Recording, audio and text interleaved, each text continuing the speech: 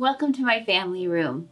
I just wanted to share with you a few little details that we did in this house, a few things that kind of transformed the way it looked before that you can also do in your house. We live in a tract house. It's at the end of a cul-de-sac. We love our neighbors.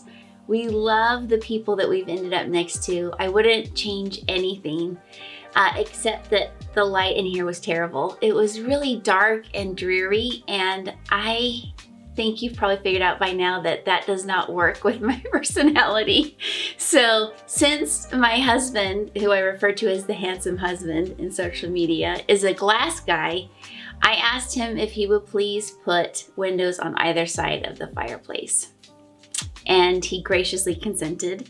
So I was very grateful for that. I had him put them in kind of high, and they aren't really tall, but that's because I was really focused on trying to make sure that I had room for some pretty cabinetry to make it feel kind of like a bungalow. So these cabinets have kind of a neat story. I used to go almost every year with my parents and my sister to Carmel, and they had us staying in this really cute little bungalow that was owned by one of their clients at their jewelry store.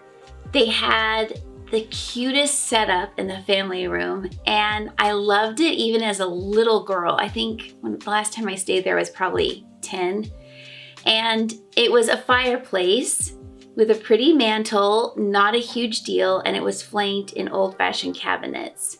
So when my parents redid all the windows in their home to make it more energy efficient, I asked my mom and dad if I could have the leaded glass windows that were in the front of the house, and they said yes.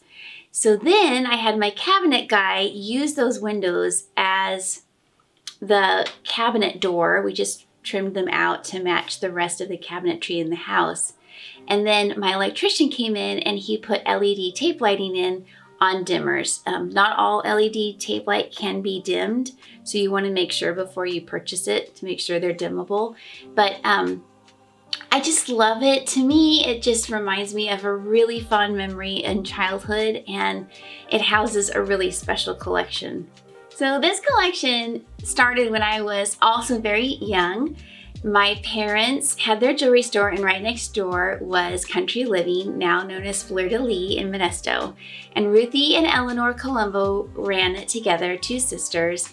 And after I would clean and do calls and stuff at the shop, repair calls or whatever, I'd run over and I'd ask if I could clean because the jewelry didn't mean anything to me because I just grew up with it. But Ruthie and Eleanor's shop, I just loved with all my heart. And they had these stories that were written and illustrated by an English author named Jill Barklam. And it was all about these little tiny mice who live by this tiny little river in a tiny little meadow in a cute little place in England. And it was spring story, summer story, winter story, and autumn story. It was out of order, but you get the gist. The drawings are absolutely beautiful, really detailed and exquisite, and the coloration is incredible. And Royal Doulton, the China company, ended up making this tea set with all the seasons and then all the life events of the mice who lived in this beautiful little tiny town. And so that is what is housed in these cabinets, along with the most darling little fairy houses that my dad originally started making for my sister's girls. Kate and Anne and Lily all love fairies, and they like making fairy gardens in the backyard. So Daddy started collecting all these incredible little natural elements and putting these fairy houses together. So he had a show at the Chartreuse Mews, and I snuck down with my friend Nicole Slater and Cindy Schneider on the opening night, and I bought a bunch and swore the girl to secrecy because I knew my parents would be upset if they knew that I went in and bought it. But I got one for each season, a spring, summer, autumn, winter. So that is what is in these beautiful little bookcases with the windows from my parents. Obviously you can tell I'm a very sentimental designer when it comes to my own home. And the reason I wanted to share that with you is because a lot of times I get the question, well, do I need to just, pitch all my things that are meaningful to me, Wendy, when you come in and you want to do my home because you have the eye or you're the designer or whatever they say. And I just really wanted to take this opportunity to tell you, no, this needs to look like you. I mean, I think, if you look at the portfolio of work that I have either on Houzz or on my website, nothing looks like anything else.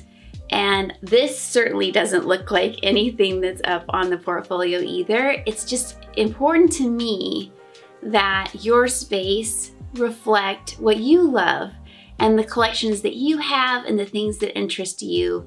So I just really want to encourage you, no matter what designer you're working with, to really stand firm in the things that you love and the things that are meaningful to you, so that when it's all said and done and you sit down in your little family room, or maybe it's a big magnificent room, it feels like home to you. That's the most important part of this whole process.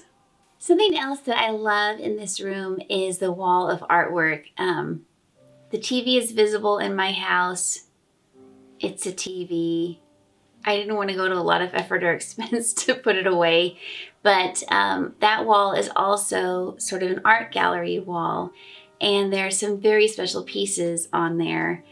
There are 3 pieces that my son did when he was in elementary school. One looks like Monet's Water Lilies Bridge.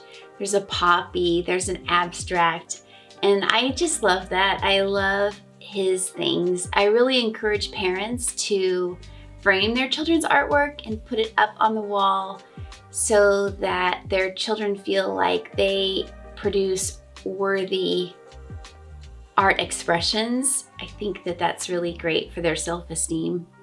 There's also a beautiful oil by Cella. She is a locally known artist who's very, very talented. There's a watercolor that my sister did of McHenry Mansion, which is it's a historical landmark in our area. And actually my mother, now that she's retired, is a docent there, so it's really fun to have on the wall. And there's also a Darling Little Cottage watercolor done by Glenna Anderson, another very well-known local artist who has passed. And it's this little cottage with a little lady in a straw hat and this beautiful garden full of flowers. And I just thought it was so uplifting, and it actually really connected with her personality quite a bit too. So we're surrounded in this space by artwork that's meaningful and people who have done it who mean a lot to us also.